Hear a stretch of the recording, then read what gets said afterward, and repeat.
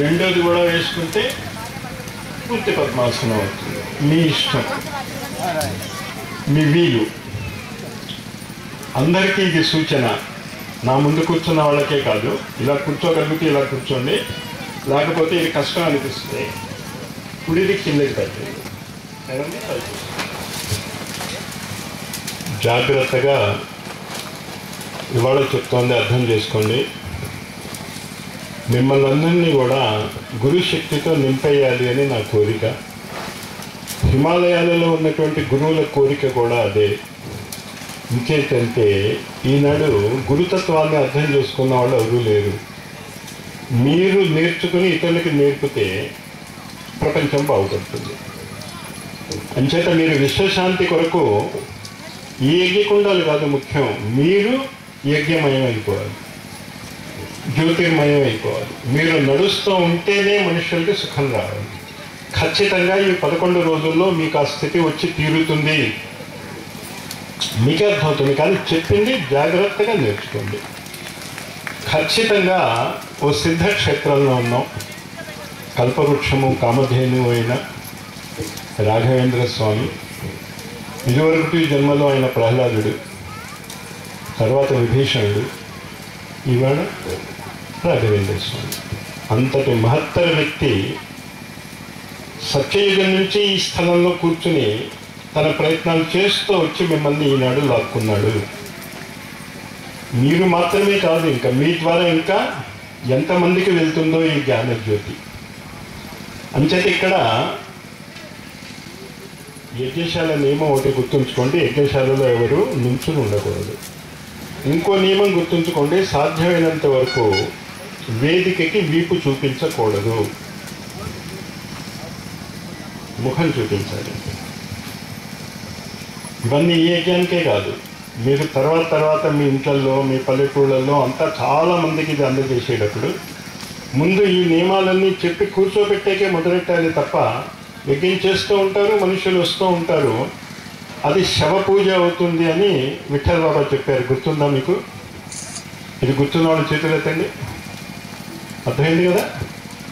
శవ పూజ అవుతుంది, శివ పూజ అవ్వదు కరెక్ట్గా చేయకపోతే. నేను మీకు ఒక విశేషమైనటువంటి సాధన ఇస్తున్నాను. నేను మీకు ఇది ఇంతవరకు ఎవరు ప్రపంచంలో ఇవ్వలేదు. సకల గ్రహ దోష, సకల వాస్తు, సకల దృష్టి నివారణ యజ్ఞము. ఇప్పుడు నేను నేర్చుకుంటున్నది ఇది. చెప్పటానికి నాకు గంటన్నర పడుతుంది, కానీ మీరు ఇంట్లో చేసుకోదలుచుకుంటే 10 నిమిషాల్లో అయిపోతుంది. ఇది ప్రతిరోజు ఆ 10 నిమిషాలు మీరు చేసుకుంటూ ఉంటే ఆ రోజు దోషాలు, ఆ రోజు గ్రహాల దోషాలు, ఆ రోజు ఉన్న వాస్తు దోషాలు పోతూ ఉంటాయి. ఇంకా మా ఇల్లు వాస్తు కరెక్ట్గా ఉందా లేదా అని మీరు ఆలోచించుకోక్కర్లే. ఇంచేత ఈ కొత్త యజ్ఞాన్ని హిమాలయాలలో ఉన్నటువంటి గత 3 లక్షల సంవత్సరాల నుంచి ఆయన హిమాలయాల్లోనే ఉన్నాడు, సజీవంగా ఉన్నాడు. ఇప్పుడిప్పుడు కూడా అలహాబాదులో కుంభమేళా జరుగుతున్నప్పుడు ఆయన వస్తూ ఉంటాడు సశరీరముగా. ఆయన వయస్సు 3 లక్షల సంవత్సరాలని చెప్తారు, శుద్ధ అబద్ధాలు. ఆయన వయస్సు నా దృష్టిలో 12 కోట్ల సంవత్సరాలు. కానీ 12 కోట్ల సంవత్సరాలు అయితే ఉంది, 3 లక్షల సంవత్సరాలు అయితే ఉంది. అర్థమవుతుందా? భావం ఏంటి అంటే, అంత వయస్సు నుంచి భారతదేశాన్ని కాపాడుకుంటూ వస్తున్నటువంటి ఆ మహనీయుడిని అనేక సంస్థలు అనేక పేర్లతో పిలుస్తారు. గాయత్రి పరివార సంస్థ ఆయన్ని సర్వేశ్వరానందజీ అని పిలుస్తూ ఉంటుంది. పరమహంస యోగానంద సంస్థ, క్రియాయోగ సంస్థ, సెల్ఫ్ రియలైజేషన్ ఫెలోషిప్ అని అమెరికాలో, భారతదేశంలో యోగదా సత్సంగ్ సొసైటీ అని ఉంది.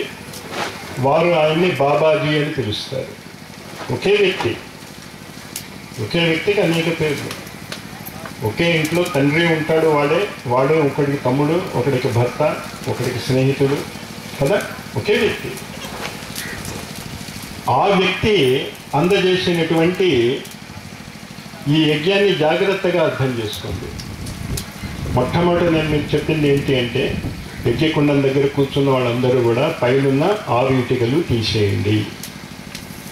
గాయత్రి మంత్రం చదువుకుంటూ పక్కన పెట్టుకోండి. ఒక్కళ్ళు చేస్తే చాలు, పక్క వాళ్ళు చూస్తూ ఉండండి. లైట్ ఒకడు వెలిగిస్తే చాలు, అందరికీ లైట్ వస్తుంది. అందరూ లైట్ వెలిగించాలని వెళ్తే అసలు లైటే వెలగదు కదా.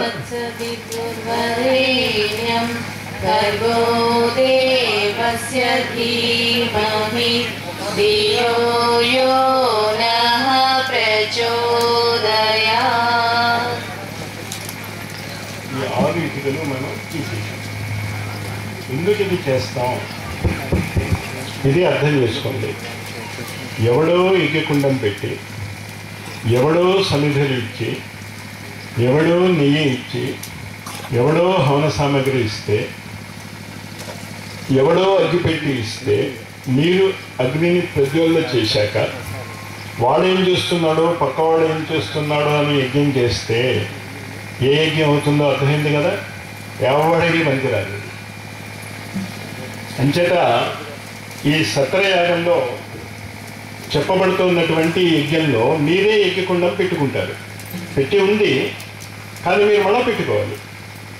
అప్పుడు అది మీ యజ్ఞకుండం అవుతుంది. సైకిల్ కొనటానికో స్కూటర్ కొనటానికో వెళ్తారు. కొననంత వరకు అది ఎవరిది? షాపు వాడిది. వాడు చాలా నీట్గా ఉంచుకున్నాడు అక్కడ. కొన్నాక ఇంకా షాపు వాడు చూసుకోడు, మీరు చూసుకోవాలి. అంచేత ఇక్కడ యజ్ఞకుండాలు పెట్టి ఉన్నాయి మీకు. ఇది ఎవరిది? సత్రయాగం కోసం మిమ్మల్ని ఆహ్వానించిన వాళ్ళది. కానీ ఇప్పుడు యజ్ఞకుండాలు మీరు పెట్టుకుంటారు. అప్పుడు ఆ యజ్ఞకుండం ఎవరిదైంది? మీది అయింది. అంచేత ఆ యజ్ఞకుండం ఇంకా మీది. ఈ క్షణం నుంచి దాన్ని మీరు నిర్మించుకోబోతున్నారు. ఈ నిర్మించుకోబోయేటటువంటి విధానంలో ఒక ఇటుక తీసి పైన పెట్టుకోండి. ఇలా చూడండి ఒకసారి అందరూ. చూస్తే ఇక్కడ ఒక కోణం ఉంది, ఇక్కడ ఒకటి ఉంది, ఇక్కడ ఒకటి ఉంది. ఇది అర్థమవుతుంది కదా. 4 కోణాలు ఉన్నాయి. ఇటువైపు 4 కోణాలు ఉన్నాయి. అర్థమవుతుంది అందరికీ. యజ్ఞకుండంలో ఇటు 8 కోణాలు ఉన్నాయి, ఇటు 8 కోణాలు ఉన్నాయి. ఇక్కడ చూస్తే మీకు ఇటు ఒకటి, ఇటు ఒకటి, ఇటు ఒకటి 3 కోణాలు కనిపిస్తాయి మళ్ళా. అర్థమవుతుంది అందరికీ. చేత ప్రతి 8 కోణాలకి ఒక్కొక్క దానికి ఎన్ని ఉన్నాయి? 3 ఉన్నాయి. 8 × 3 ఇది గాయత్రి మంత్రం. మూర్తి భవించినటువంటి గాయత్రి మంత్రం. అంచేత ఇప్పుడు ఈ గాయత్రి మంత్రాత్మకమైనటువంటి ఇటుకలు మీరు పెట్టుకోబోతున్నారు. ఇది పెట్టుకోవడంలో జరిగేది ఏంటి అంటే, గురువు అనుగ్రహం వల్ల గ్రహాలన్నీ కూడా శాంతించిపోతాయి. ఆ విధంగా పెట్టుకుంటారు మీరు. కానీ కిందన 6 పెట్టి ఉన్నాయి కదా ఆల్రెడీ, వాటిని కలపొద్దు. వాటి మీద చెయ్యి పెట్టుకోండి అంతే. ఒక చెయ్యి పెట్టండి అంతే. అందరూ కాదు, ఒక్కళ్ళే పెట్టండి. ఇటుక కడుతున్నప్పుడు కూలి వాళ్ళందరూ ఒకే ఇటుక మీద పడి పెడితే ఏమవుతుంది? గోడ రాదు. కానీ ఒక్కొక్కడు ఒకే ఇటుక పెడితే అందమైన గోడ వస్తుంది. అంచేత మీ యజ్ఞకుండం దగ్గర ఎవరో ఒకళ్ళు మాత్రమే యజ్ఞకుండం దగ్గర మొదలెట్టుకోండి. మొదటి యజ్ఞకుండం మీద చేపెట్టండి. నాతో పాటు మంత్రం చదవండి. నిన్న దానికి ఇవాళ దానికి చిన్న తేడా ఏంటి అంటే, నిన్న మనం గ్రహాలను ఆహ్వానించాం. కానీ గురువు యొక్క అనుగ్రహము గ్రహాల కంటే చాలా గొప్పది కదా. అంచేత ఇప్పుడు ఆ ఇటుకల్లో 9 గ్రహాల శక్తిని మనం ప్రవేశపెడుతున్నాం గురువు యొక్క ప్రార్థనతో. మొదట ఆ ప్రార్థన నాతో అనండి, దాని తర్వాత దాన్ని మీరు ఉచ్చారణ చేతులండి. ఓం బ్రహ్మా మురారి త్రిపురాంతకారి. 3 చెప్పాం అక్కడ. బ్రహ్మ, మురారి, త్రిపురాంతకారి. బ్రహ్మ అంటే బ్రహ్మ, మురారి అంటే విష్ణువు, త్రిపురాంతకారి అంటే శివుడు. గురువే కదా 3ంటికి కామను. అంచేత బ్రహ్మా మురారి త్రిపురాంతకారి, భానుశశి భూమి భాను అంటే సూర్యుడు, శశి అంటే చంద్రుడు, భూమి సుతం కుజుడు బుధుడు, గురుశ్చ శుక్ర శని రాహు కేతవః. శని, శుక్రుడు, రాహువు, కేతువు. సర్వే గ్రహాః శాంతికరా భవంతు. అంటే ఈ శ్లోకంతో ఏం చేస్తున్నాం, ఒకే ఇటుకలో 9 గ్రహాలను ప్రవేశపెడుతున్నాం. అంటే ఒకేసారి 9 గ్రహాలు మీ మీద పడతాయి.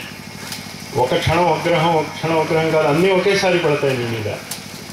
అందుకని అన్ని గ్రహాలు శాంతించాలి అనే కోరికతో మొదటి ఇటుక మీద చేపెట్టి ఇప్పుడు నాతో పాటు దాన్ని పలకగలిగేవాళ్ళు పలకండి. నేను ముఖముఖలుగానే చెప్తాను. అందరూ ఆ మానసిక స్థితి దృష్టి ఆ ఇటుక మీద ఉండాలి. గురువు యొక్క అనుగ్రహము ఆ ఇటుక వల్ల, ఆ గాయత్రి మంత్రము, ఇటుక అంటే గాయత్రి మంత్రం, ఆ ఇటుక మా గ్రహ దోషాలన్నింటినీ కూడా శాంతపరుస్తుంది. నేను చెప్పాక మీరు చెప్పండి. ఓం బ్రహ్మా మురారి త్రిపురాంతకారి భానుష్యసి భూమి సుతో బుధశ్చ గురుశ్చ శుక్ర శని రాహు కేతవః. సర్వే గ్రహా శాంతికరా భవంతు. రెండో ఇటుక మీద చేపట్టండి. మళ్ళీ అన్ని గ్రహాలని ప్రార్థన చేస్తున్నాం. ఓం బ్రహ్మా మురారి త్రిపురాంతకారి భానుష్యసి భూమి సుతో బుధశ్చ గురుశ్చ శుక్ర శని రాహు కేతవః. సర్వే గ్రహా శాంతికరా భవంతు. మళ్ళీ మూడో ఇటుక. ఓం బ్రహ్మా మురారి త్రిపురాంతకారి భానుష్యసి భూమి సుతో బుధశ్చ గురుశ్చ శుక్ర శని రాహు కేతవః. సర్వే గ్రహా శాంతికరా భవంతు. నాలుగో ఇటుక. ఓం బ్రహ్మా మురారి త్రిపురాంతకారి భానుష్యసి భూమి సుతో బుధశ్చ గురుశ్చ శుక్ర శని రాహు కేతవః. సర్వే గ్రహా శాంతికరా భవంతు. ఐదో ఇటుక. ఓం బ్రహ్మా మురారి త్రిపురాంతకారి భానుష్యసి భూమి సుతో బుధశ్చ గురుశ్చ శుక్ర శని రాహు కేతవః. సర్వే గ్రహా శాంతికరా భవంతు. ఆరో ఇటుక. ఓం బ్రహ్మా మురారి త్రిపురాంతకారి భానుష్యసి భూమి సుతో బుధశ్చ గురుశ్చ శుక్ర శని రాహు కేతవః. సర్వే గ్రహా శాంతికరా భవంతు. ఇప్పుడు మీరు ఏం చేశారు, కింద ఉన్న 6 ఇటుకలు మీరు స్థాపించుకున్నారు. ఇప్పుడు ఒక ఇటుక తీసుకోండి, 2 చేతులతో పట్టుకోండి.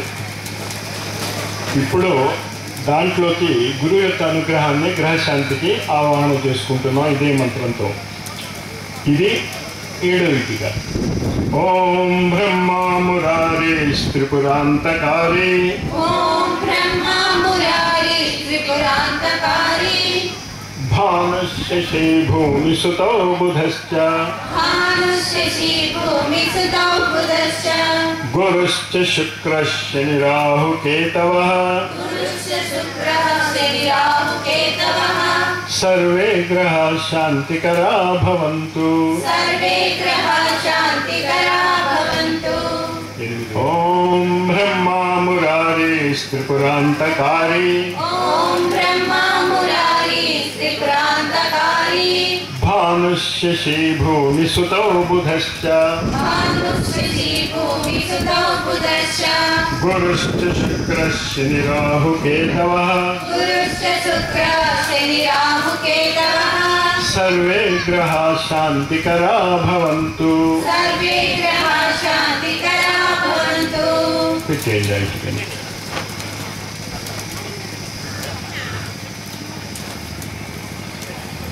తొమ్మిదో ఇటుక తీసుకుంటున్నారు. ఓం బ్రహ్మా మురారి త్రిపురాంతకారి ఓం బ్రహ్మా మురారి త్రిపురాంతకారి భానుశశి భూమిసుతౌ బుధశ్చ భానుశశి భూమిసుతౌ బుధశ్చ గురుశ్చ శుక్రః శనిరాహుకేతవः గురుశ్చ శుక్రः శనిరాహుకేతవः సర్వే గ్రహాः శాంతికరా భవంతు. సర్వే గ్రహాः శాంతికరా భవంతు. తొమ్మిది ఇటుక పెట్టేయండి. ఇంకా 3 ఇటుకలు మిగిలి ఉన్నాయి. కాస్త ముందు ఈ 9 ఇటుకలు మనము మన శరీరాన్ని యజ్ఞకుండంగా మార్చుకుంటున్నాం. మన శరీరంలో కూడా ఈ 9 ఇటుకలు ఉన్నాయి. ఈ 9 గ్రహాలు ఉన్నాయి మనకు కూడా. గ్రహము అంటే ఏంటి? గ్రహించేది అని అర్థం. గ్రహము అంటే గ్రహించేది అని అర్థం. ఇక్కడ 9 ఇటుకల్ని మనం పెట్టుకున్నాం, 9 గ్రహాలకి సంబంధించినవి. మరి మన శరీరంలో ఎక్కడున్నాయా గ్రహాలు గ్రహించేవి? ఇవి 2. ఇదేం గ్రహిస్తుంది? ధ్వని గ్రహిస్తుంది. ఇవి 2. ఇవి 2. ఇది గ్రహించేది ఏం గ్రహిస్తుంది? ఇది దృష్టి, రూపాన్ని గ్రహిస్తుంది. ఇది ధ్వనిని గ్రహిస్తుంది, ఇది రూపాన్ని గ్రహిస్తుంది. మొత్తం ఎన్ని ఇటుకలయ్యి? 4 ఇటుకలు. గ్రహాల గురించేగా పెట్టాం. దాని తర్వాత ఇంకో 2 ఇటుకలు ఉన్నాయి, నాసికారంధ్రాలు. మొత్తం ఎన్ని ఇటుకలు అయ్యాయి ఇప్పుడు? 6. ఇంకో ఇటుక ఉంది, మనం చాలా ప్రమాదకరంగా వాడతాం దాన్ని, నోరు కదా. 2 ధ్వనికి, 2 రూపానికి, 2 శ్వాసకి, ఇది మాట్లాడటానికి, లేకపోతే తినటానికి. ఇవి గ్రహించేటటువంటివి. ఈ గ్రహించినటువంటి 8, 6 1 ఎన్ని? 2 2 4 2 6 1 7. ఇవి ఋషులు. వీటిని సప్త ఋషులు అంటాం మనం. సప్త ఋషులు కూడా మన దగ్గరే ఉన్నారు. ఇవి కాక ఇంకో 2 గ్రహించాం, మనం విసర్జన చేస్తూ ఉంటాం. మూత్రద్వారము, మలద్వారము. అక్కడేం గ్రహించేది లేదు, విసర్జన చేసేది. మొత్తము ఆధ్యాత్మికత ఎలాగైతే కన్ను చూడగలవు, ఊహించగలవు, ధ్వని వినగలదు, వినేటట్టు చేసుకోగలదు, ముక్కు వాసన చూడగలదు, వాసన క్రియేట్ చేయగలదు, నోరు మాట్లాడగలదు, మాటల్ని ఉత్పత్తి చేయగలదు. ఈ మూర్తినేంద్రియము జననేంద్రియాలని మన కుండలిని సాధనలో మూలాధార చక్రము, స్వాధిష్టాన చక్రము అంటాం. అవి మనకు ఉపయోగించుకోవటం రాదు. అవి ఎలా వెళ్తున్నాయి? విసర్జిస్తున్నాయి. వాటిని మనం ఉపయోగించుకునేటట్టు నేర్చుకోవటానికి కావలసినటువంటి సాధన ఇప్పుడు మీరు ఆ 3 ఇటుకల ద్వారా చేయబోతున్నారు. మొదటి ఇటుక తీసుకోండి. ఎక్కడ పెట్టుకోవాలని చెప్పాను? దాన్ని నాభి దగ్గర పెట్టుకోవాలి. పెట్టుకుని పెట్టేయటమైనా ఏదైనా చెయ్యాలా? నేను ఏదో చెప్పినట్టున్నా గుర్తుంది కదా. శ్వాస పీల్చుకోండి, వదులుతూ అంటూ ఇంతవరకు ఇటుక మీద చేయి ఉండాలి. తీసుకోండి ఇటుగా. పద్ధతి అమ్మ, కరెక్ట్గా చేయకపోతే మార్కులు రావు. నాభి దగ్గర పెట్టుకోండి. దీన్ని నిష్ఠ అంటాం. కుండలిని సాధనలో దీన్ని మణిపూరక చక్రము అంటాం. ఆ శక్తి అక్కడ మనం పెడుతున్నాము. అందరూ మళ్ళీ జాగ్రత్తగా వినండి, చెయ్యకండి ఎవరు. వినండి. గట్టిగా తీసుకున్నారు, నాభి దగ్గర పెట్టుకున్నారు. మీ నాభి దగ్గర పెట్టుకున్నప్పుడు గాలి పీల్చుకుంటారు మీరు. ఈ గాలి పీల్చుకున్నప్పుడు కొంచెం బయటకు వస్తుంది. వదులుతున్నప్పుడు ఏమవుతుంది? బొడ్డు లోపలికి వెళ్తుంది, లోపలికి వెళ్తుంది, లోపలికి వెళ్తుంది, లోపలికి వెళ్తుంది, లోపలికి వెళ్తుంది. ఆ లోపలికి వెళ్తున్నప్పుడు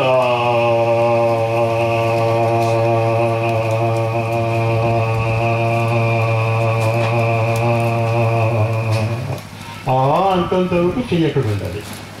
అర్థమైంది అందరికీ? శక్తి మనం స్థాపిస్తున్నాం అక్కడ. నాభి చక్రం, మణిపూరక చక్రాన్ని స్థాపిస్తున్నాం మనం. నిష్టని స్థాపిస్తున్నాం, శ్రమశీలతను స్థాపిస్తున్నాం. పని చేయగలిగే శక్తి దీనివల్ల వస్తుంది. అందుకే ఏదైనా పని చేయాలి అంటే ఏమంటాం మనం? పని చేసే ముందు ఏం చేస్తాం? నడుము బిగిస్తాం కదా. నడుము బిగిస్తే ఎక్కడ ప్రెషర్ పడుతుంది? దాన్ని ఉపయోగించుకోవటం రాదు, నడుము బిగించుకుంటూ ఉంటారు పాపం. మచ్చలు పడుతూ ఉంటాయి, బట్ట మచ్చలు. అంటే ఇది చాలా జాగ్రత్తగా మళ్ళీ అర్థం చేసుకోండి. చేయకండి. తీసుకున్నారు, గాలి పీల్చుకుంటాం, నాభిలోకి గాలి ప్రాణశక్తి వెళ్తుంది. అర్థమవుతుంది కదా అందరికీ? మరి ఇటుక లేని వాళ్ళు ఏం చేయాలి? వాళ్ళు అదే చేస్తారు, చూస్తూ ఉంటారు వాళ్ళు చేస్తున్నది. అందరూ ఆయన చేయి పట్టుకుని మనం లాక్కండి, ఈ ఇటుక నాది అంటే నాది అని. అందరివి అయ్యకుండా మీదే. గాలి పీల్చుకుని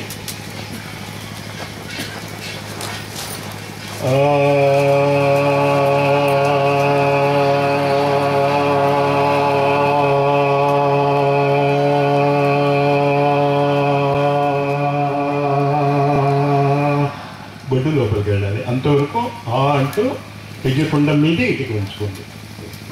పెట్టుకోండి. మిగతా వాళ్ళు ఇలా మణిపూరక చక్రం అయితే తెలియదు. అది గాలి పీల్చుకోండి.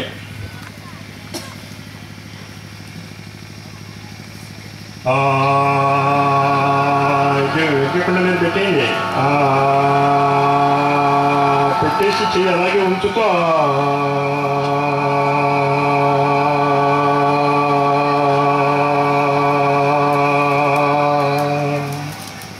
తీసేయండి చెయ్య. ఇప్పుడు మీరు నిష్ఠని ప్రతిష్ఠ చేసుకున్నారు, మీ మణిపూరక చక్రాన్ని ప్రతిష్ఠ చేసుకున్నారు. తర్వాత వినండి, చూడండి. అంటే మళ్ళీ గాలి పీల్చుకుంటాను. ఇప్పుడు హృదయం దగ్గర ఉంటుంది. మీరు చేయకండి, చూడండి. పెట్టుకుంటే ఇటుక పెట్టుకోండి. మరి ఇటుక మేము పెట్టడం లేదండి అంటే మీ శరీరమే ఎక్కకుండా అంతటా మీ చేతులు కూడా హృదయం దగ్గరికి రావాలి.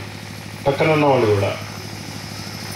హృదయం దగ్గర శ్రద్ధ ఉంది, ప్రేమ ఉంది, అమృతత్వం ఉంది, ప్రేమతత్వం ఉంది. దాన్ని నింపుతున్నాం మనం.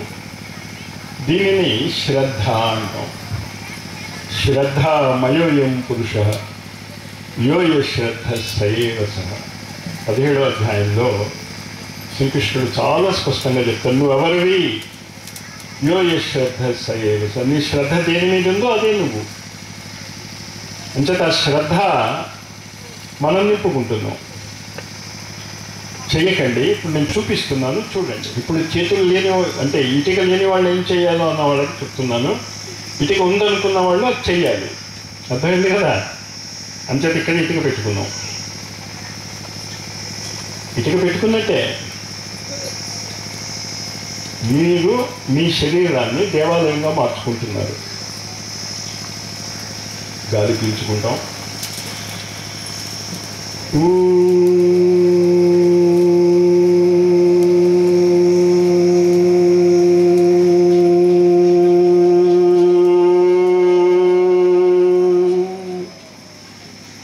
అనేది శ్రద్ధకి సంబంధించింది, అనేది బొడ్డుకు సంబంధించింది, నిష్ఠకి సంబంధించింది. అర్థమవుతుంది కదా? ఇప్పుడు మీరు శ్రద్ధ స్థాపించబోతున్నారు. అంటే మొదలెట్టుగానే ఇటుక ఎక్కకుండా మీద పెట్టేసి అనేంత వరకు ఉండండి. చెయ్యి అలా పెట్టి పక్క వాళ్ళు చూడండి. మొదలు పెడదాం.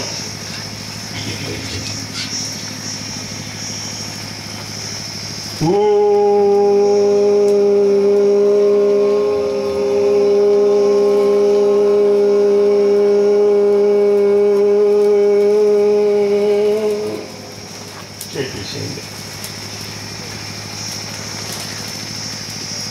ఇప్పుడు విశుద్ధి, ఆజ్ఞ, సహస్రాగం ఈ మూడింటిని కలుపుకోవాలి మనం. అంటే ఇటుకని శిరస్సు మీద పెట్టుకుంటాం. బ్యాలెన్స్ చేయగలిగితే ఇలా పెట్టుకుంటాం అనుకోకండి, నేను పెట్టానని.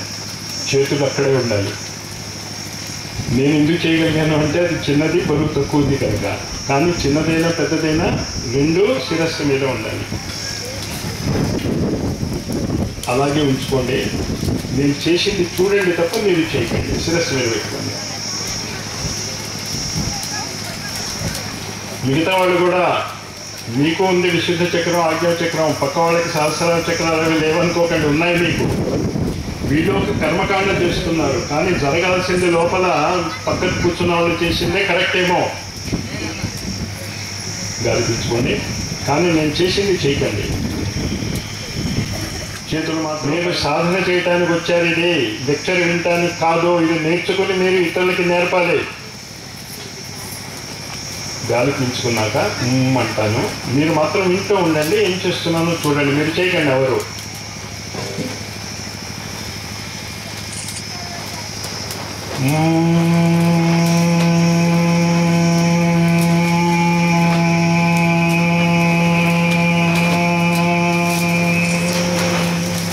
అని పెడతాం.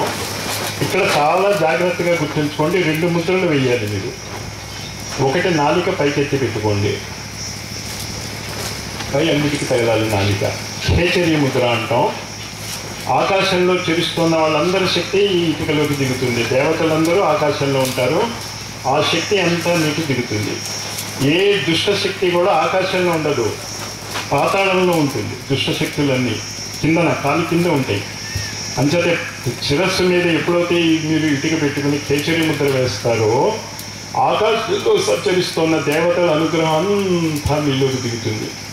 నన్ను చాలామంది అడుగుతారు ఎలా దిగుతుంది అని. స్విచ్ ఆన్ చేస్తే టీవీలో ఆకాశంలో తెలుస్తున్నవన్నీ బొమ్మలు మీ దగ్గరికి రావటంలే. స్విచ్ నొక్కితేనే వచ్చేస్తున్నాయి కదా. ఇది అంతే, స్విచ్ నొక్కుతున్నారు, స్విచ్ పైకి వేస్తున్నారు. దాని తర్వాత దవడలు 2 పళ్ళు నొక్కి పట్టుకోవాలి. ఇలా పెట్టకండి, నేను పెట్టినట్టు చూపించడానికి చెప్పాను. పెద్దలు మూసే ఉంటాయి. దంతాలు నొక్కి పట్టుకోండి. నాలిక పైన ఉంటుంది. ఇలా పెట్టేసరికి మొహం కాస్త టెన్స్ అవుతుంది కదా, టెన్స్గా చేయకండి, కాస్త నవ్వు ముఖం పెట్టండి.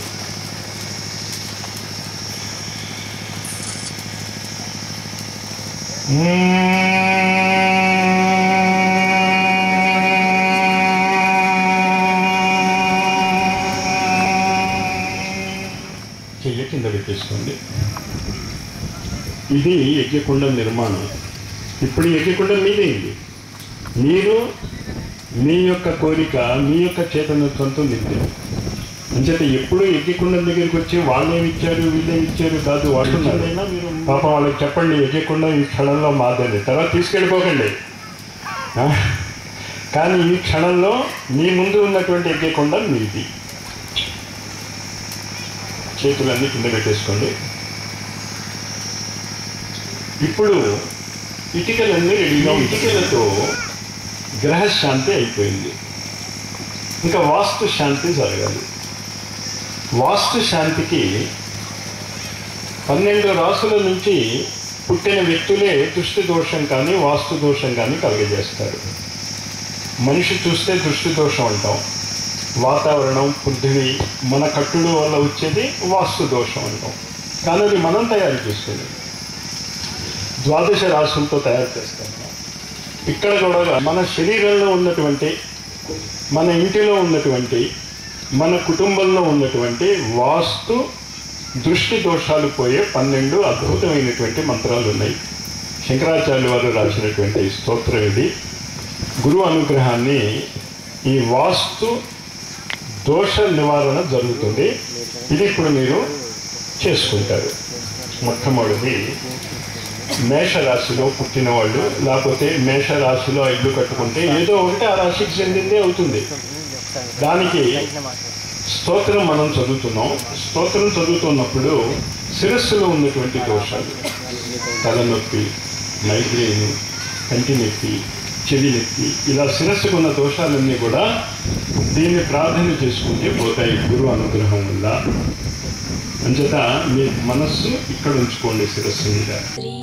సమञ्चितमद्वयं परमप्रकाशमगोचरं वेदवर्जितमप्रमेयमनन्तमाद्यमकल्मषं निर्मलं निगमान्तमद्वयमप्रतर्क्यमबोधकं प्रातरेव हि मानसान्तर्भावये गुरुपादुका. మీరు కూడా నాతో పాటు అనండి. మానసాంతర్ భావయే గురుపాదుక. ఆ గురుపాదుకలు మేషరాశి వల్ల వచ్చిన దోషాలు తీసేస్తున్నాయి. దీని తర్వాత మొత్తం దీంట్లో నొప్పి, కంటి నొప్పి, సైనస్ ఇవన్నీ పోతాయి ఈ శ్లోకంతో. వృషభ రాశికి చెందింది. नादबिन्दुकलात्मकं दशनादभेदविनोदकं मन्त्रराजविराजितं निजमण्डलान्तर्भासितं पञ्चवर्णमखण्डमद्भुतमादिकारणमच्युतं प्रातरेव हि मानसान्तर्भावयेत् गुरुपादुका. నాతో పాటనండి. మొహం సర్దుకుంటూ గురువు పాదుకుంటూ నాతో పాటు అనండి. ప్రాతరేవహి మానసాంతర్ భావయే గురుపాదుకా. దాని తర్వాత కంఠానికి సంబంధించింది థ్రోట్ పెయిన్, టాన్సిల్స్, గాయిటరు, రకరకాలైనటువంటి కంఠ వ్యాధులు ఉన్నాయి. అవన్నీ కూడా దీంతో పోతాయి. ఇది అనుకుంటున్నప్పుడు మీరు మీ చేతుల్ని దీని మీద రాసుకుంటూ ఉండండి. మెల్లిగా ప్రేమగా, పక్క వాళ్ళకి డిస్టర్బెన్స్ లేకుండా రాసుకుంటూ ఉండండి. బహిరంతరస్థితమక్షరం అఖిలాత్మకం కేవలం నిజశుద్ధమేకమ జన్మహి ప్రతిరూపకం బ్రహ్మతత్వవినిశ్చయం నిరతానుమోదసుబోధకం ప్రాతరేవ హి మానసాంతర్భావయేత్ గురుపాదుకా. నాతో పాటు అనండి. నేను అన్నాక అనండి. అప్పుడు కొంచెం మీరు నేర్చుకుంటే ఇవాళ రేపటి నుంచి మీరే చేసేసుకోవచ్చు. చాలా తొందరగా అయిపోతుంది ఇది. ప్రాతరేవ హి మానసాంతర్ భావయేత్ గురుపాదుకా. దాని తర్వాత కర్కాటక రాశి. బుద్ధిరూపమబుద్ధికం త్రితయైకకూటనివాసినం నిశ్చలం నిరతప్రకాశిక నిర్మలం నిజమూలకం పశ్చిమాంతరఖేళనం నిజశుద్ధ సంయమిగోచరం ప్రాతరేవ హి మానసాంతర్భావయేత్ గురుపాదుకా. శ్వాసకు సంబంధించిన వ్యాధులన్నీ దీంతో ఉంటాయి. చేత మళ్ళా అక్కడ ఆ శ్వాసకు సంబంధించింది చేతులు కూడా. అంచేత చేతులను అనుకుంటూ, శ్వాసను అనుకుంటూ నాతో పాటు అనండి. ప్రాతరేవ హి మానసాంతర్ భావయేత్ గురుపాదుకా. దీని తర్వాత సింహరాశి. హృదయం మీద చేపెట్టుకోండి. కొంచెం ఈ లిప్స్ పైన మీ అరచేయి వస్తుంది. గుండె ఎక్కడ ఉంటుంది హృదయం అక్కడ చూసుకోండి. మీరే కంగారు పడకుండా మీకు తెలియాలండి. గురువుకి తెలుసు ఎక్కడికి వెళ్ళాలో, అక్కడికి రెండని అడుగుతున్నారంటే. Heart, chest pains, blood clots, హృదయానికి సంబంధించిన అన్ని వ్యాధులు దీంతో పోతాయి. హృద్గతం విమలం మనోజ్ఞ విభాసితం పరమాణుకం నీలమధ్య సునీల సన్నిభ నాదబిందు నిజాంసుకం సూక్ష్మకర్ణిక మధ్యమస్థిత విద్యుదాది విభాసితం ప్రాతరేవ హి మానసాంతర్ భావయేత్ గురుపాదుకా. కళ్ళు మూసుకుని హృదయంలో గురువుని దింపుకోండి. ప్రాతరేవ హి మానసాంతర్ భావయేత్ గురుపాదుకాం. కన్యారాశి. ఈ కన్యారాశి లివర్, ప్యాంక్రియాస్, స్ప్లీన్, కడుపుకు సంబంధించిన వ్యాధులన్నీ పోగొడుతుంది. ముఖ్యంగా డయాబెటీస్ అది ఉన్న వాళ్ళకి ఈ ఏరియాలో కనుక ఇప్పుడు చేతులు తిప్పుకుంటూ ఉంటే, రోజు ఇలా చేసుకుంటూ ఉంటే డయాబెటీస్ 2-3 నెలల్లో తగ్గిపోతుంది. పంచ పంచ ఋషికదేహ మనశ్చతుష్క పరస్పరం పంచభూత సకామ షట్క సమీర శబ్దముఖేతరం పంచకోశ గుణత్రయాది సమస్త ధర్మ విలక్షణం ప్రాతరేవ హి మానసాంత భావయేత్ గురుపాదుకా. విన్నవాళ్ళు, పట్టుకోగలిగేవాళ్ళు నాతో పాటు అనండి, ఇక్కడ రాసుకుంటూ. ప్రాతరేవ హి మానసాంతర్ భావయేత్ గురుపాదుకాం. తులారాశికి సంబంధించింది. బొడ్డు, బొజ్జు, అపెండిసైటిస్, రకరకాలైనటువంటి బాధలు వస్తూ ఉంటాయి. అవన్నీ రాకుండా చేస్తుంది. బొడ్డు మీద చేతులు పెట్టుకుని కాస్త మెల్లిగా కదపడిపోతుంది. మణిపూరక చక్రం జాగ్రత్త అవుతుందన్నమాట. పంచముద్ర సులక్ష్మ దర్శన భావమాత్మ నిరూపణం విద్యుదాదిదగద్ధగిత సుచిర్విచిత్ర వివర్ధనం చిన్ముఖాంతరవర్తనం విలసద్విలాసమమాయికం ప్రాతరేవ హి మానసాంతర్ భావయేత్ గురుపాదుకా. ప్రాతరేవ హి మానసాంతర్ భావయేత్ గురుపాదుకాం.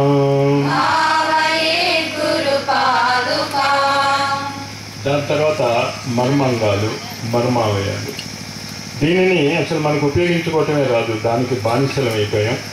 మొత్తము కుండలిని సాధన దీన్ని నిద్ర లేపి శాస్త్రాల చక్రం వరకు తీసుకెళ్ళేటటువంటి ప్రక్రియ. అది మనం చేయలేము, అది గురువు చేయాలి. ఈ మంత్రము ఆ శక్తి మీకు ఇస్తుంది. అంచేత బొట్టు కింద చేయి పెట్టుకుని ఇలాగా బొట్టుకి కింద చేయి పెట్టుకుంది. అర్థమైంది కదా అందరికీ? దాన్ని కాస్త మీలోకి మిల్లిగా, ఉతికి ఆరేయటం కాదు, మిల్లిగా కదుపుకోండి అక్కడ అంతే. పంచవర్ణ సుచిర్విచిత్ర విశుద్ధ తత్వ విచారిణం చంద్ర సూర్య చిదగ్ని మండల మండితం ఘన చిన్మయం చిత్కళా పరిపూర్ణమంతర చిత్సమాధి నిరీక్షణం ప్రాతరేవ హి మానసాంతర్ భావయేత్ గురుపాదుకా. ప్రాతరేవ హి మానసాంతర్ భావయేత్ గురుపాదుకాం. దీని తర్వాత తొడలు. సయాటిక చాలా మందికి వస్తూ ఉంటుంది, ముఖ్యంగా లోవర్ బ్యాక్ పెయిన్ అంటాం. సాధారణంగా చాలామందికి నిద్ర లేచేటప్పుడు ఈ బాధ వస్తూ ఉంటుంది వయస్సు వచ్చాక. అదంతా దీంతో పోతుంది. మీరు మీ తొడల్ని నిలుపుకోండి. ఆ శక్తి ఎప్పుడు కూడా గుర్తుంచుకోండి. చేతుల ద్వారానే స్పర్శ, గురు స్పర్శ వెళ్తుంది. అది ఎక్కడ బాధగా ఉంటే అక్కడ కాస్త చూసుకోండి.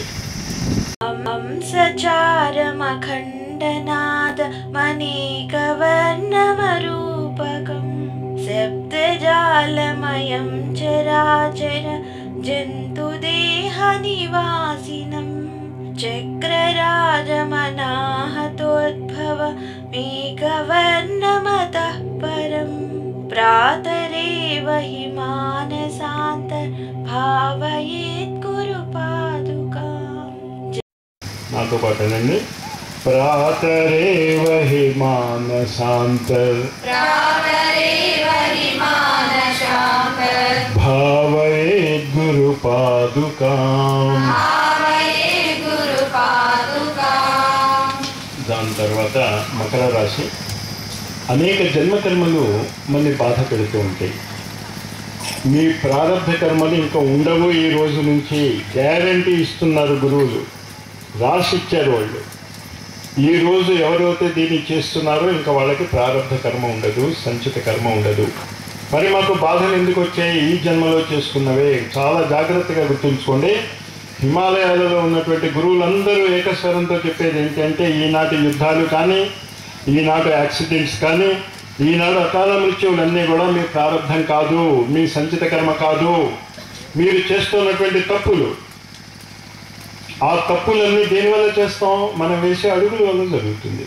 దాన్ని కరెక్ట్ చేసుకుంటాం. మోకాళ్ళ నొప్పులు అవి ఉన్నవాళ్ళు మెల్లిగా, ఎక్కడా కూడా గట్టిగా ఏది చేయకండి, తేలికగా సులభంగా ఉండాలి.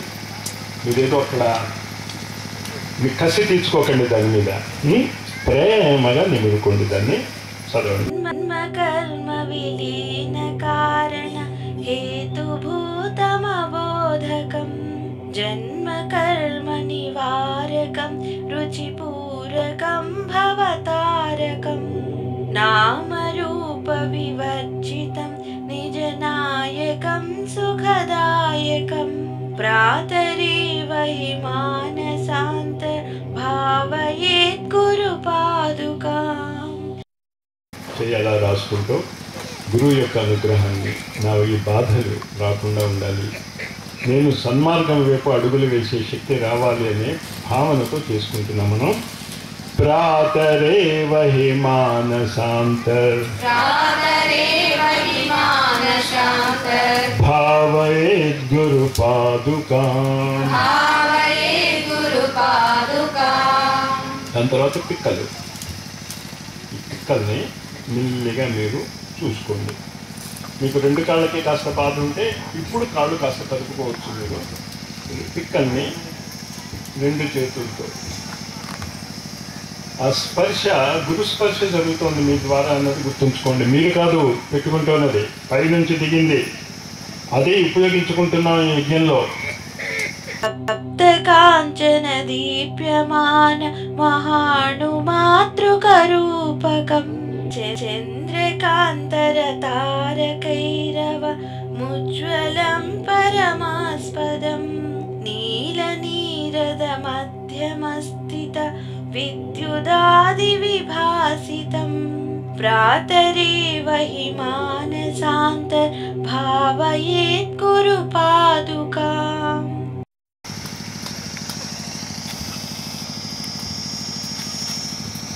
దీని తర్వాత మీనరాశి. పాదాలు చెప్పలేదు కదా, కుంభం చెప్పేసాను. పాదాలకి సంబంధించింది, గురు పాదాలకి. మీ పాదాలు మీరే నొక్కుకోండి, కానీ మీ పాదాలు నొక్కుకోవటం లేదు, మీరు గురువు పాదాలు నొక్కుతున్నారు. రెండు చేతులతో, నేను చేతులు ఇది ఉంది కనుక, కానీ లేకపోతే మీరు ఏం చేయొచ్చు, కాస్త గట్టిగా నొక్కేసుకుని అమ్మా అనకండి, మెల్లిగా ప్రేమ. స్థూల సూక్ష్మ సకారణాంతర ఖేళనం పరిపాలనం విశ్వతైజస ప్రాజ్ఞచేతస మంతరాత్మనిజాం సుఖం సర్వకారణమీశ్వరం నిటలాంతరాళ విహారకం ప్రాతరేవ హి మానసాంతర్ భావయేత్ గురు పాదుకా. నాతో పాటు ప్రాతరేవ హి మానసాంత భావయేత్ గురు పాదుకా.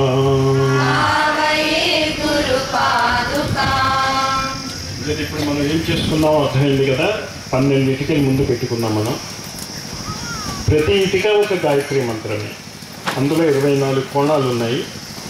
తర్వాత రేపు ఆ కోణాలు ఎలా ఉంటాయో చెప్తాను నేను.